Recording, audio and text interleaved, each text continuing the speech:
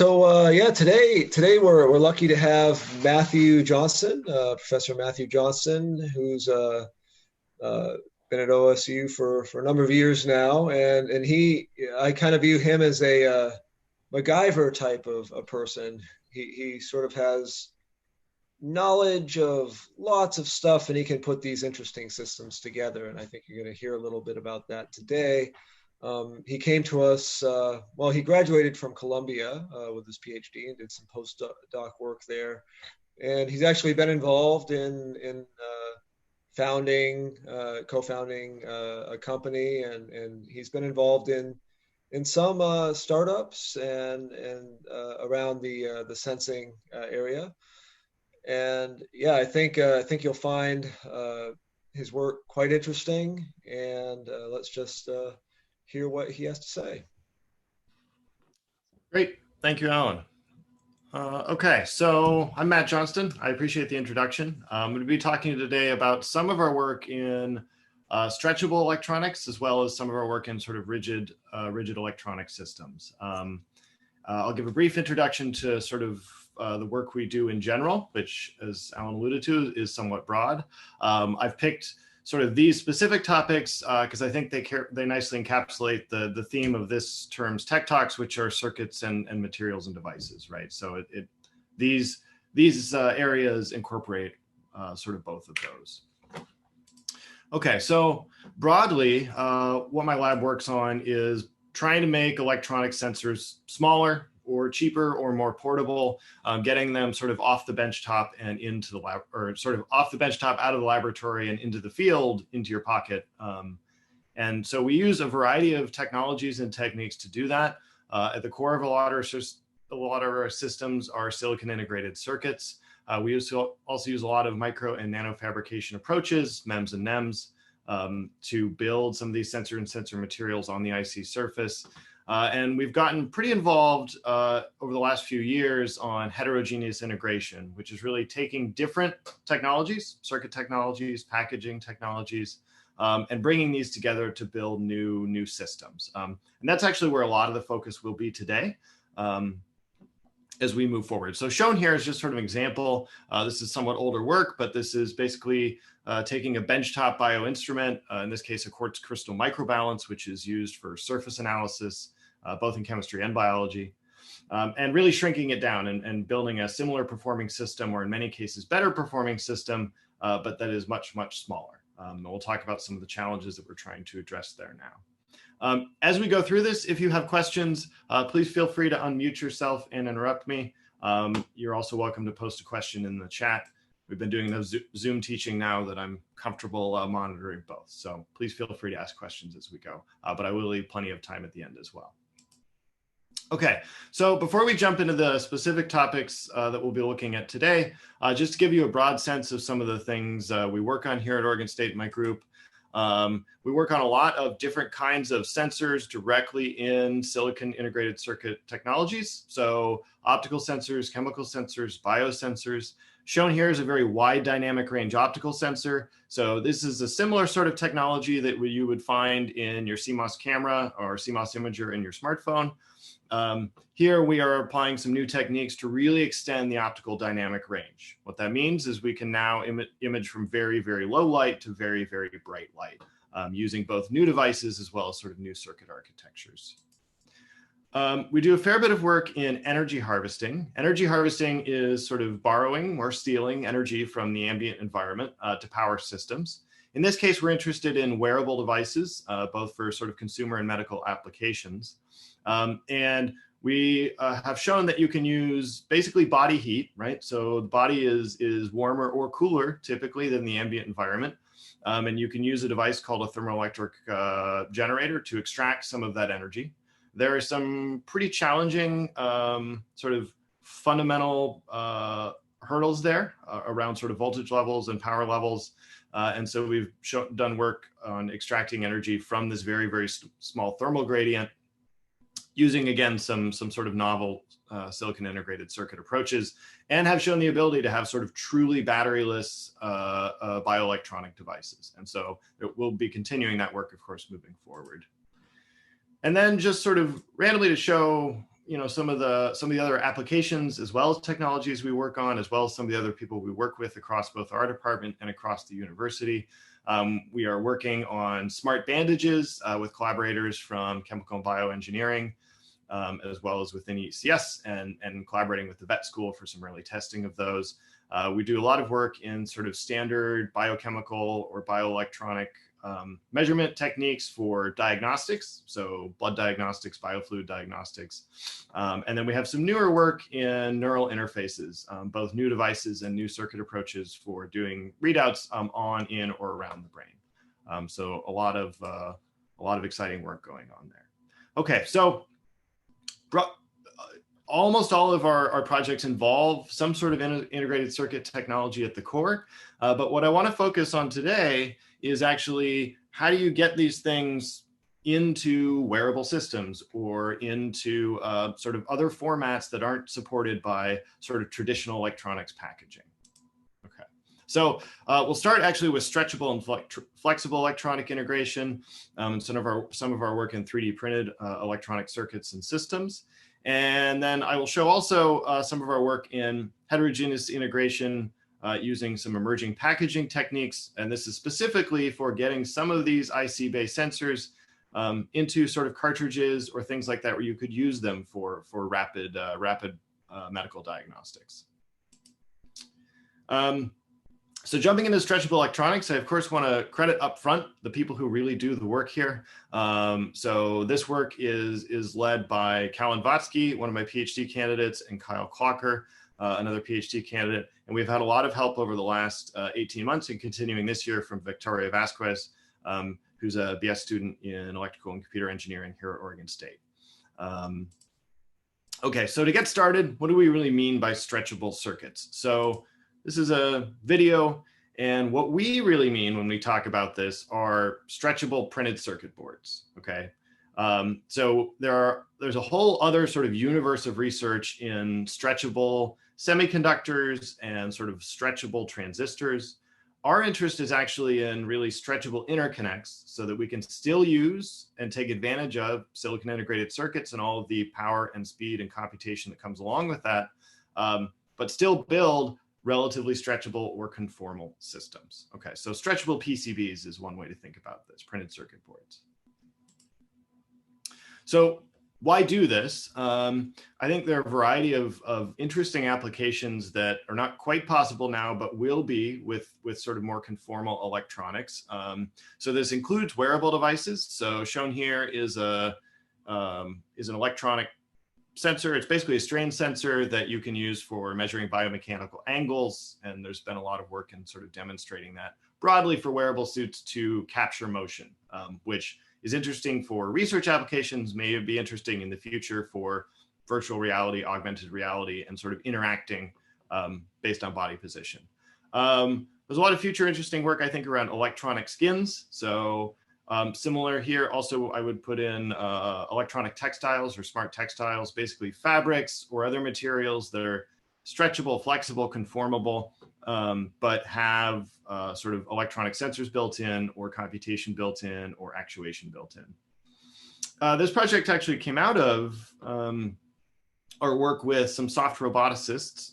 So soft robots are sort of squishy robots. You can think about it like robotic octopi, and all of the challenges that are then associated with getting both actuation, motors and things like that. But in our case, we're interested in getting sensors and computation into these in a way that still allows them to be squishy. If you look at the top picture here, this is sort of an early soft robot, but you can see lots of it is rigid and not soft. But moving forward, we like to build some enabling technologies that sort of improve that. Finally, I think there's potential future applications in sort of the networks between wearable devices. So there are ways of imagining this where everything is wireless, all the sensors you wear are wireless. But I think for power and for data and for security reasons, if electronic skins and smart textiles really advance, I think what we'll see is the emergence of sort of wired networks, right? Just like you'd have a wired network in a normal electronic system. Okay, so to accomplish all these, we need things to stretch, And what we really want to do is have the wires stretch. As I mentioned, we still want to take advantage of traditional electronic silicon-based technologies because they're very power efficient and they're quite advanced. And so what we really need is stretchable wires between these sort of small electronic devices. So how do you get stretchable wires or stretchable interconnects? So one way to do this are what are sort of called ribbon geometries or serpentine traces. Basically, you can see this long squiggly wire. It is sort of a standard, in this case, gold wire, but it's patterned in such a way that you can deform it. Okay. Now, there's advantages and disadvantages here. One of the biggest advantages is that if you're using an elemental metal material like gold or copper, which almost all electronic systems do, right? They're almost all actually copper and aluminum. You have very high conductivity. So that's good for a lot of reasons, power being the primary one. So that's great, but there are some problems here. So one is if you stretch this too far and it breaks, it stays broken, right? Once you break a solid metal wire, it is broken. There's another issue here where the resistance of a wire, right, goes up as that wire gets longer. And so even though you have a very, very conductive material, your wire is now 2 times, 3 times, 5 times, 10 times as long as it previously needed to be in order to give you this flexibility or stretchability. And so while conductivity of solid metals is a big selling point, you do lose actually a lot of that in the process of building these very, very long serpentine traces. But this is one sort of common approach of building stretchable interconnects or stretchable wires. Another way of doing this are conductive inks. So these tend to be metal flakes or metal nanoparticles that are floating in some carrier material. And so the metal itself is very, very conductive, which is good. What's less good is that it is not a solid metal anymore. And so you don't get pure conduction. What you actually get is a percolation network where basically you get conduction from sort of flake to flake to flake or nanoparticle to nanoparticle to nanoparticle. And so what you see in practice is though even silver has very, very high conductivity, silver ink has a conductivity that is, as much as 100x worse than sort of pure silver. And that's because of this percolation network, because you're really sort of jumping from metal island to metal island rather than just conducting through bulk metal. Okay. There's another issue here where, as you can imagine, as you stretch this, so shown on the bottom here is unstretched, shown on the top is 50% strain, which is basically 1.5 times the original length.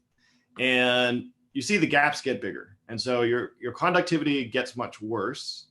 And so your resistance goes way up, and it's very nonlinear. So you stretch it a little bit and your resistance changes a lot and often unpredictably. There's some other challenges, but this is actually one of the most common approaches, and it's very good for manufacturability. These silver inks and nanoparticle inks, and there are also related inks from using nanotubes or graphene sheets. All of them are very, very printable. So you can use standard or at least slightly modified inkjet printing techniques or screen printing techniques, reel-to-reel techniques.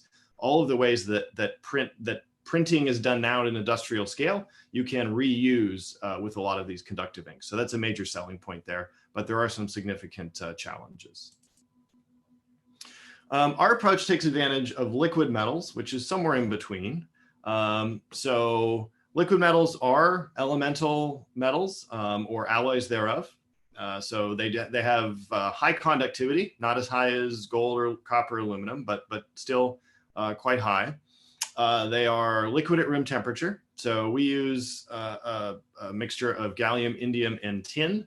It's commercially called Gallinstan, but you can sort of vary those ratios to sort of control your melting point. Unlike mercury, it's not toxic. That's an important point as well. But it is a liquid metal. Okay, so we can build stretchable wires by basically confining this liquid metal in a stretchable silicone channel or tube, right? So as you stretch it, it's a liquid, it conforms, you get bulk conductivity, and it tends to work pretty well for building these stretchable wires or stretchable interconnects. Okay, so one of the first things, and this was done by a collaborator of ours, is to take this liquid metal material and form it into a paste material, right? So something that is printable, because on its own, the liquid metal is not very printable. It sort of beads up. It's a very strange material. This is a differently strange material now where you have a consistency and rheology similar to toothpaste. So it's pretty thick, but it does allow you to print it, but it still has almost the same conductivity, but it allows you to use standard extrusion-based 3D printing approaches now to deposit this material. Okay. How this works, and I won't go into a lot of the details here, and this is sort of actually, honestly, a guess of how this works. This is still under exploration, is how do you turn this sort of liquid gallium alloy into a paste? Basically, you put in nickel nanoparticles and you apply a lot of ultrasonic energy, and those particles disperse, and you also get some oxide formation. And if you do this, you end up sort of with a paste material. And the longer you apply that ultrasonic power, the sort of pastier it gets. So as a starting point, it ends up very liquidy. There's sort of a middle zone where you've got a very printable material that's still very conductive. But if you sort of keep going, you get something that is really just too thick of a paste to easily print. But all of these are relatively conductive. Okay, so once you have that material, you can print it. What we're looking at here is a modified 3D printer. The bed is silicone, not silicon, but silicone, which is silicon rubber. So silicone rubber is stretchable and flexible, and it starts as a liquid, and then you cure it by heating it up or even just waiting long enough at room temperature. So we basically pour out a layer of this stretchable silicone rubber. We can then print, as you see here, our liquid metal traces, and we can then encapsulate those by pouring another layer of this silicone rubber and curing that. Okay, and when you do that, what you end up with is silicone rubber tubes or channels that are very stretchable, but now fixed. And so as you stretch it, you confine the liquid metal, and so your wires get longer and thinner, but they don't break. It really is a liquid material. The paste also allows us to build vertical structures, so you can sort of extrude up. This is interesting for making vias. A via is an electrical connection between one layer and a layer above it.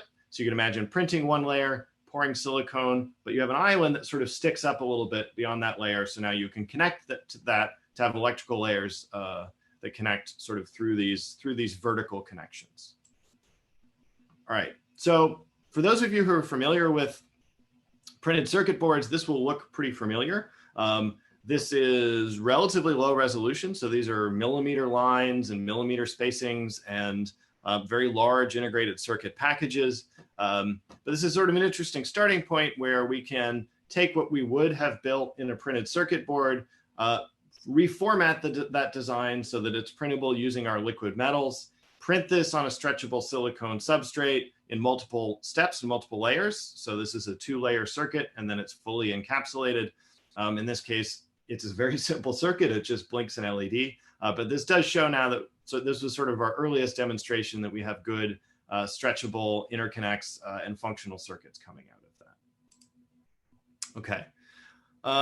This is a slightly more advanced demonstration, although very similar, where now we've got actually a printed sensor. So this is a printed strain sensor, and as you stretch it, its resistance goes up. And so we have a small microcontroller, and it basically measures the resistance of that as you stretch it, and it digitally controls the color of this light-emitting diode. So the color readout is sort of estimating the resistance of that wire as you stretch it. So this is work that we are continuing. We've significantly increased the resolution of our printing, and we look forward to sharing those results in the near future. But I think that what we're really exploring here are techniques that will allow us to build sort of stretchable circuits, stretchable sensors, and sensor systems, but hopefully in ways that are increasingly competitive with sort of the resolution you can get through standard printed circuit boards. Okay. So that's just a quick look at some of the work we're doing in sort of stretchable circuits. We have shown that this material, this interconnect material, is very stable. we stretch it basically 10,000 times, or actually we're up to 100,000 times, and we see no real change in resistance of the material. So I think it's a very promising material system for these stretchable systems moving forward. Okay. All right. The one other topic I wanted to give just a high-level introduction to is some of our work on sort of rigid integration of integrated circuits, and this is specifically for what we call Lab-on-CMOS. So it used to be lab-on-chip, basically things you want to do in a chemical laboratory or biological laboratory, but we want to shrink that down to a much, much smaller scale. One reason is cost, right? Some of these reagents can be very expensive. And the other is portability, right? So the sort of non-electronics example of sort of where this is trying to head are basic lateral flow tests. So these are over-the-shelf pregnancy tests. There are similar over-the-shelf flu tests. Basically, that a sample goes in and it immediately gives you an answer based on the bioanalytes in that solution or not in that solution. This is sort of trying to move in the same direction because those tests are very cheap, and there's obviously a lot of need for rapid diagnostics always, but especially now. But if you want to have electronic readout for higher sort of higher accuracy, higher resolution, higher sensitivity, you need to get all of those electronics into something that is comparably sized and comparably cheap. So that's sort of where all this work tries to go in the future. Now, before we show some of our approaches here, I, of course, again, want to credit the students who have pulled this work through. This project started with McKay Lindsay and is now continuing with Jacob Dawes and Boyu Shen, as well as significant contributions from one of our undergraduate researchers, Junwan Kim. All right, so there are a lot of, I think, interesting future applications of these technologies. So a lot of this is sort of basic electrochemical detection, which is sort of the foundational approach behind things like glucose measurement or, in a portable glucose monitor, things like that. So electrical chemical detection is a very broad category of measurements, but it shows up a lot in medical diagnostics as well as chemical analysis. We're specifically interested in what are called point of care diagnostics, basically being able to do the test right where you get the sample. So whether that's a nasal swab, or whether that's the blood draw, being able to immediately take that sample, put it into a device, or even better, whatever you're taking the sample with immediately sort of tells you the answer. And so specifically interested in viral detection, and we're doing some work now in cell counting as well. Using some of our optical sensors, we're interested in sort of immunodetection using optical approaches. Again, this is a standard way of running blood tests on the benchtop that now we're trying to reformat as something much smaller, much cheaper. And there's sort of future interesting applications around DNA sequencing. Shown here on the bottom actually is commercial work in this area. We do not specifically work in DNA sequencing, but it's a great example of how far this has come, where you see sort of the 2007 version of a DNA sequencer. It's a big benchtop instrument. And now there was sort of the ion torrent system, which still has a benchtop instrument to get fluids in and out, but the core device is a big silicon integrated circuit, quite large. And there's sort of a fluid inlet there and a fluid outlet there. But all of the DNA sequencing happens in a silicon integrated circuit. Even more advanced now, and this system, this was sort of a prototype in 2016. It's commercially available now. This is basically a USB stick DNA sequencer. So it's kind of crazy how far these technologies have come. And this is a great example of where we're trying to push some of these other sort of broad technologies like point of care diagnostics and electrochemical detection.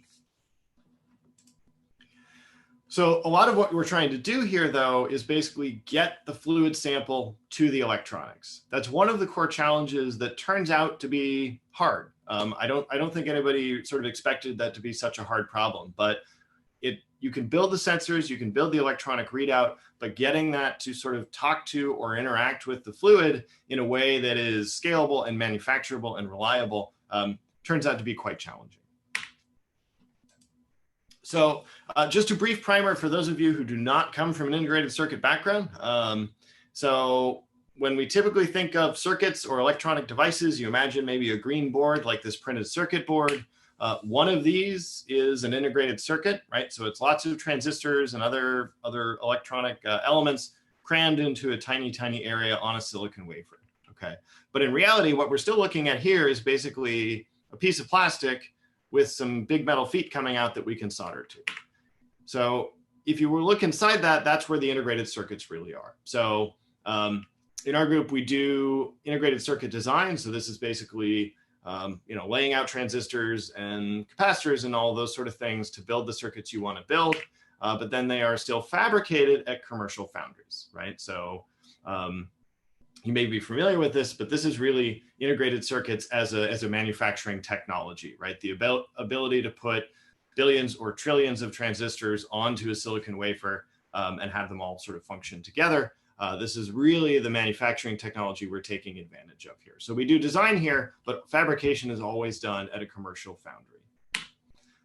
Now, normally what happens in between is you have this wafer with many, many copies of your integrated circuit. That gets cut up into small pieces in a process called dicing, shown here on the bottom.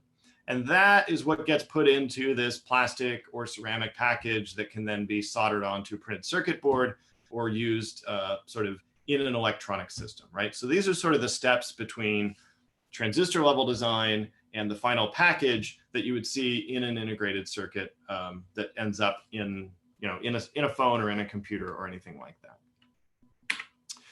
One thing we often do, though, is we sort of steal them at this stage. So we do the design.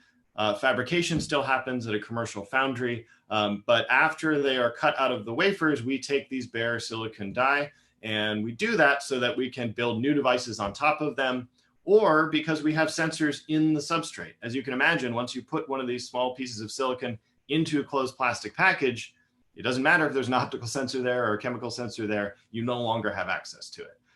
And so we have started exploring a lot of ways to build these sensors directly in the integrated circuit in the silicon, but still allow access to them so they can do sensing in the air or in fluid environments for chemical and biological sensing.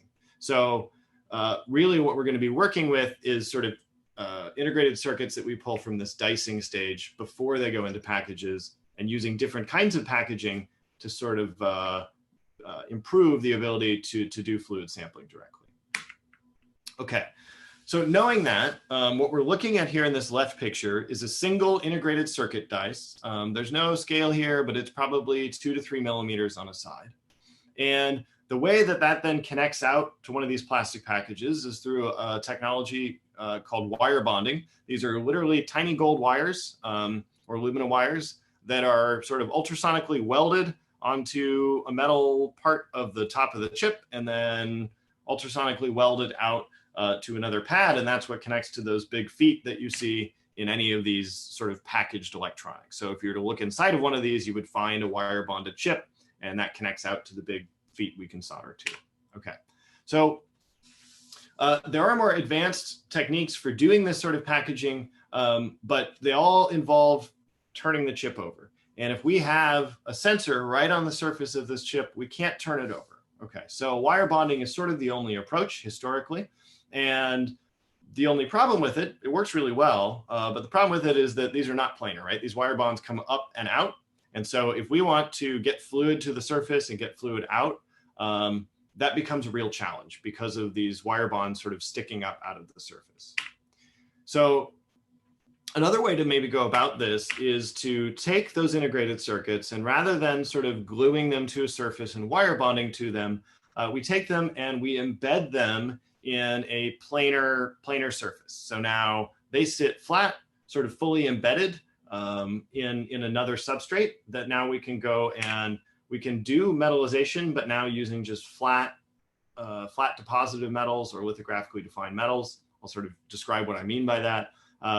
Or we can come in and put microfluidics, basically just small scale fluid channels that can go right over the surface from chip to chip without having sort of these geometric constraints that wire bonding introduces. So this is sort of the general approach we've been exploring to get to do sample delivery to the surface of an integrated circuit sensor.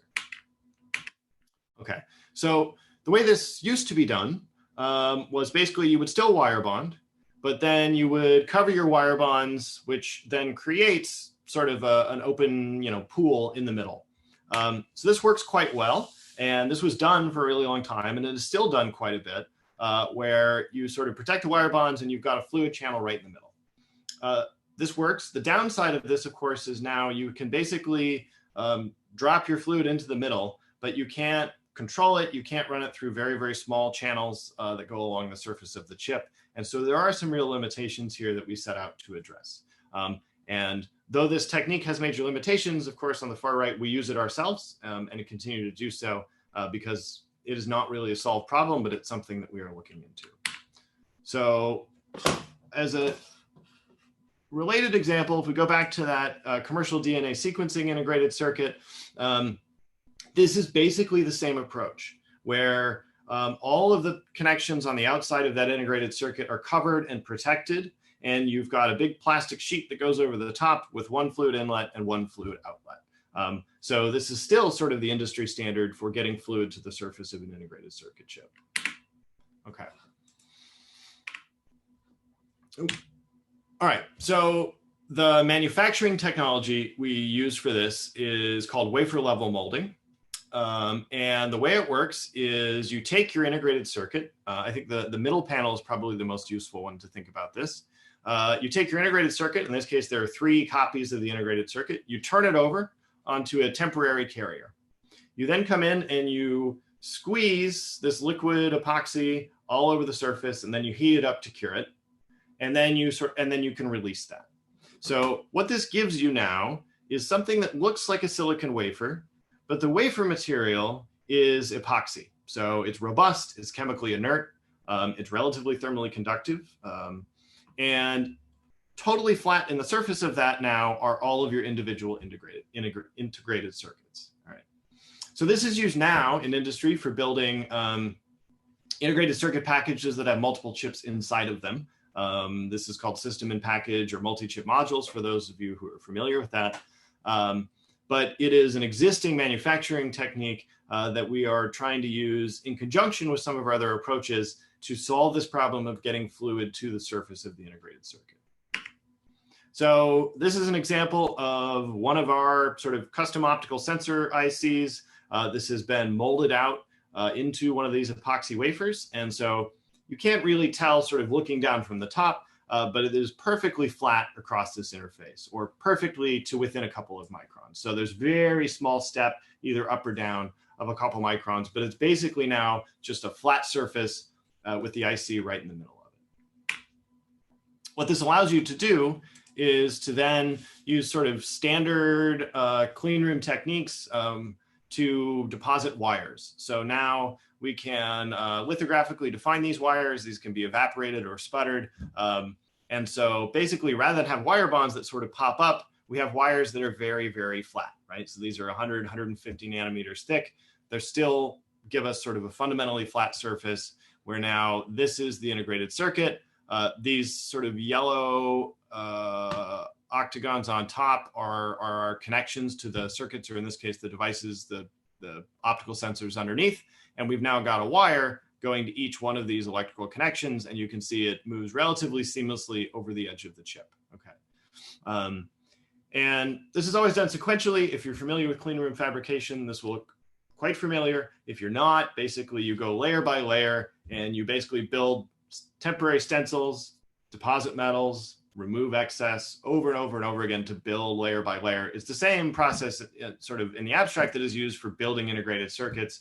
This, of course, is done in our clean room to add metals, to add insulators to the surface of the chip. Okay. This also allows us to now, since it's flat, put fluid channels right over the surface. So shown here on the bottom left is one of these chips. We see 1, 2, 3, 4 optical sensors in the top row. We see 5 optical sensors in the bottom row. The chip itself has many more.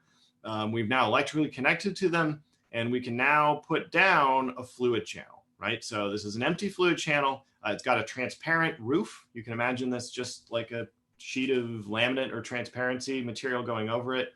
And so this is a optically transparent channel, but it is confined. And the bottom of this channel is our chip or the epoxy. And the top of this channel is just a sheet of very, very thin transparent plastic. And now we can see that it's empty and we run a dye solution through it. Okay. Shown here, this approach is still relatively crude. These channels are basically cut in sheets of plastic with a laser cutter. So this is a millimeter thick. I'll show sort of higher resolution channels. But the basic premise here is really sort of the core functionality that is just sort of previously unsolved, having both electrical and fluidic connection with controlled routing to the surface of an integrated circuit.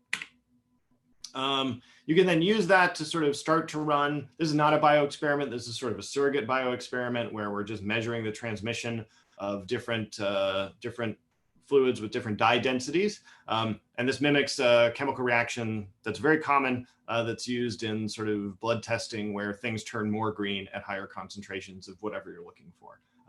So this was sort of an early demo, just that this would work if you were to run this chemical reaction over the chip. Yeah, so this is sort of a core demonstration. This is relatively preliminary data, just showing that this idea works. You can now do the same thing, but you can use more advanced microfabrication approaches to build narrower channels and to build them exactly where you want them. So now, rather than having sort of this big, crude 1 millimeter channel somewhere placed over this sort of 2 by 2 millimeter integrated circuit, we've now got, in this case, 5 channels that can go over a single row of optical detectors. And you can see sort of this jog in the middle. We have very good control over position and shape because this is all defined using photolithography, just like the metals and just like CMOS layers. So this is still advancing, but we are now at the point where we can build microfluidic channels anywhere we want them over the surface of the chip, and in the floor then can be optical sensors or biosensors or chemical sensors that interact directly with that fluid that's going over it. We've shown some related early work in microfluidics. That these, of course, are now we're going is combining all of these things. I won't go into these details, but shown here is a microfluidic channel with 3 electrodes that sit in the surface. And now as beads, or in the future as cells pass over this, you can count them. So cell counting is a very common technique used in blood characterization, the complete blood count. And right now it's a big diagnostic instrument, but moving forward, you may be able to replace that with sort of very small cartridge-based systems that accomplish a similar goal. Very early data showing, in this case, I think this is either a 5 or 10, I think there's a 5 micron bead passing across these 3 electrodes. You can see as it passes across the first one, you get this bump. In the right half, you see 2 beads that are now passing across this electrode. We're looking down on this, and because there's sort of 2, but they're very, very close together, they're sort of measured as one larger bead. And there's some interesting techniques we're approaching for sort of separating those effects out. But this is sort of where this may head in terms of alternate approaches. But broadly, sort of the ability to combine these multiple techniques allows you to combine multiple integrated circuits, multiple sensors, fluidics, electronics, whatever you need in that substrate, right? Again, this is sort of like a big printed circuit board, but smaller and flat, and now you have both fluidic and electrical interconnection. Putting these sensors directly in the floor of the channel, of the microfluidic channel now, allows you to do optical detection without lasers, without lenses, okay? And lenses are a big cost driver of sort of big optical systems. It also allows you to be very, very close to what you're measuring, which is good for both sensitivity and noise. And because these are very, very small fluid channels, it also sort of confines your sample to right where you want to measure, which allows you to now sort of measure single particles or single cells. And there's a huge array of applications that I think can eventually benefit from sort of this core integration technique.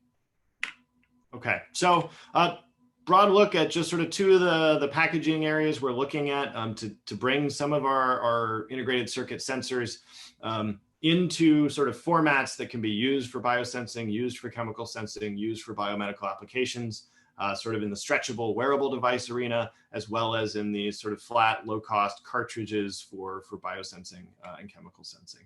So it's a high-level look. There are references here if you're interested in reading more about the details, and I'll stop here, of course, for questions as well.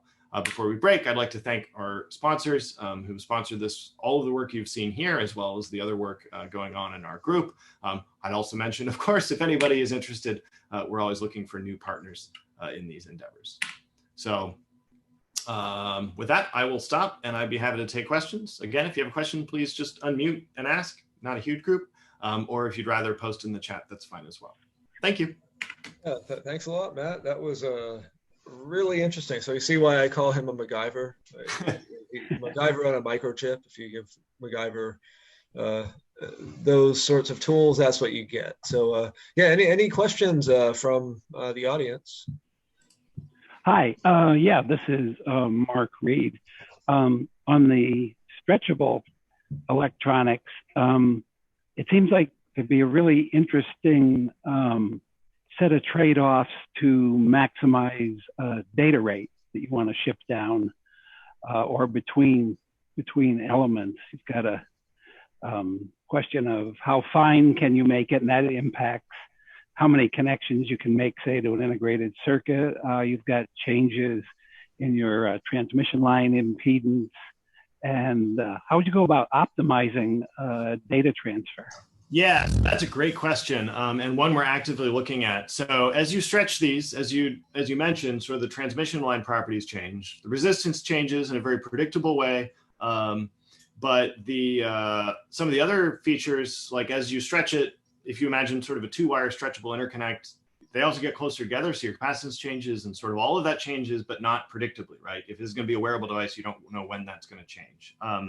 And so I think for low data rates, it's sort of a non-issue, but for much higher data rates, we're looking at basically adaptive interfaces where you can sort of go and measure the link and then sort of constant retraining, if you know, sort of from the wireline space where you constantly measure those transmission line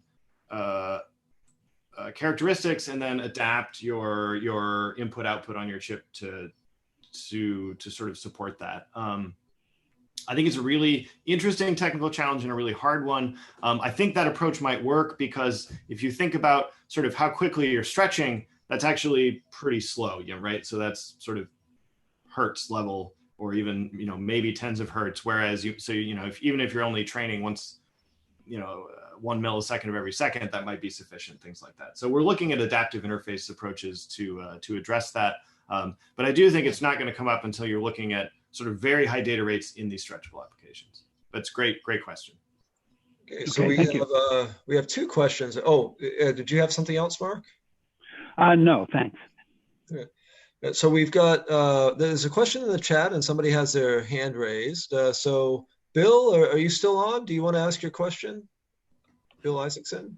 Yeah, sure. Hey, Matt, it's Bill. Hey, Bill, how's it going? Good. Hope you've been well. Hey, it was pretty interesting to see your use of the fan-out packages. I'm familiar with those. I was curious, have you run into any flexible substrate, flexible material there? That's a great question. No, we have not. And I think part of that may be sort of the need. Sort of the rigid is nice because it's good thermally conductive. And as you bend these things, the chips could pop out or things like that. So we haven't seen that. That being said, I think, we're interested in basically taking sort of our work in silicone materials and trying sort of flexible fan out using that, right? That might be a sort of a hybrid approach, but no, we haven't seen any. Okay, great, thanks. Yep. And Samuel, I guess you've got your hand raised. Do you want to ask your question? Yeah, actually, the stretchable electronics, it's very interesting. I was curious on having a fluid conductor and a sort of soft substrate that it's embedded in. If you have noticed any or foreseen any issues with dendrite growth because I noticed you have some batteries in there. So I was wondering if that would be an issue of materials migrating through the silicon. Yeah, that's a really interesting question that we definitely have not looked at yet. So the battery demos are sort of short term, and we haven't gone back to sort of investigate that. I think that would absolutely be something you'd have to look at, and we haven't yet. What I would say is that these are, it is a liquid, but it is solid metal.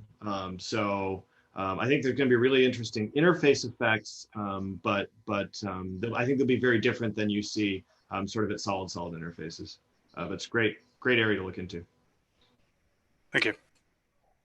All right, and then Michael, it looks like you have a question in chat. Do you want to just unmute and ask? Sure, yeah. Very interesting talk. Have you looked into compression or folding of these flexible electronics using the liquid metals? It seems like that's a clear use case.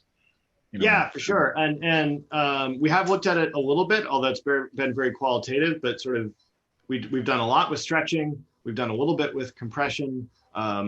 Additionally, this isn't a silicone material. You can pinch off the wire. Of course, when you let go, it reforms. Of course. So we kind of looked at those in a quantitative sense, but the part that we're starting to focus on now is sort of the interface between this interconnect and the package that is embedded, and how robust is that sort of overstretching. Yeah, that's a big one too. Yeah, so we're focusing our energy there, but I think it's an interesting set of questions. Also, how does this work over temperature, this material? What's its range? So it works very well at high temperatures. The silicones are good up to a few hundred C. The gallium isn't going to boil until well above that. The real challenge is low temperatures. So these are liquid down to -10, maybe -20 C. And so they're not going to be appropriate for very cold applications, which is going to be a really limiting feature. There may be ways to improve that on sort of the metallurgy side that's maybe beyond our abilities, but may be possible. Of course, once it's done freezing, it reforms and then you're fine again. One of the clear applications is next to the body, human body, and instrumenting, and of course that's not going to be -20 typically. Exactly, yeah. So we don't see it in sort of a lot of the applications we're interested in wearable devices, but if you start looking at automotive or other sort of broader temperature range things, it could be a challenge. Thank you. Yeah, Ingrid, you got your hand raised.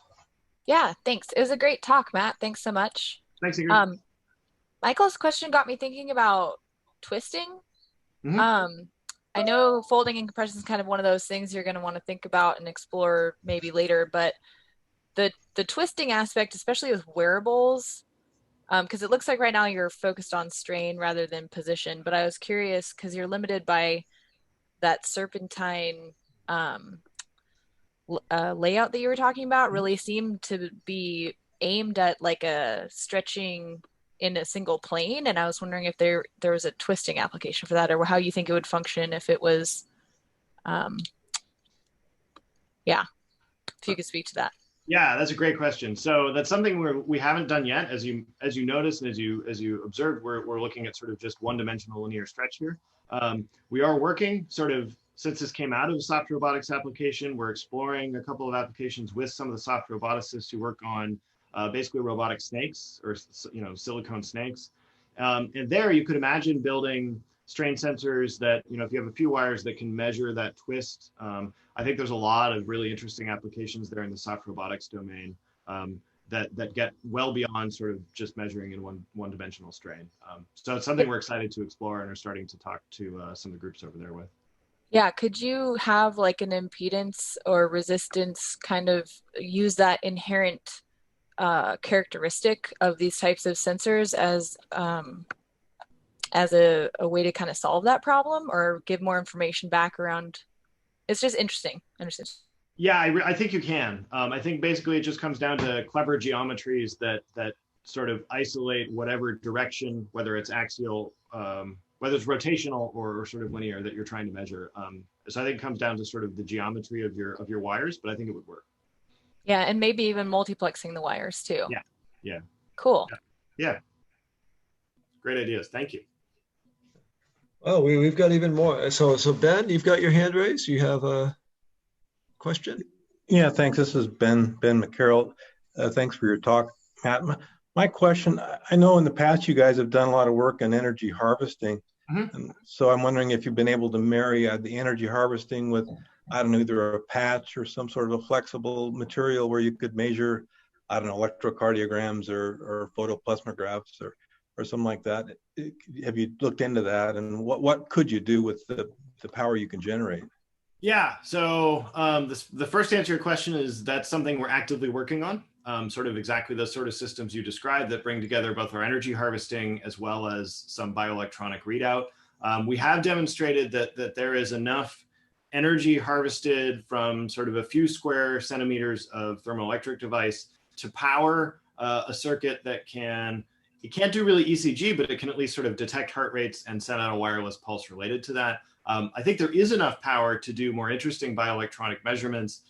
You just have to do decycle it a little bit more. So you charge for a while and then you do a measurement and then transmit.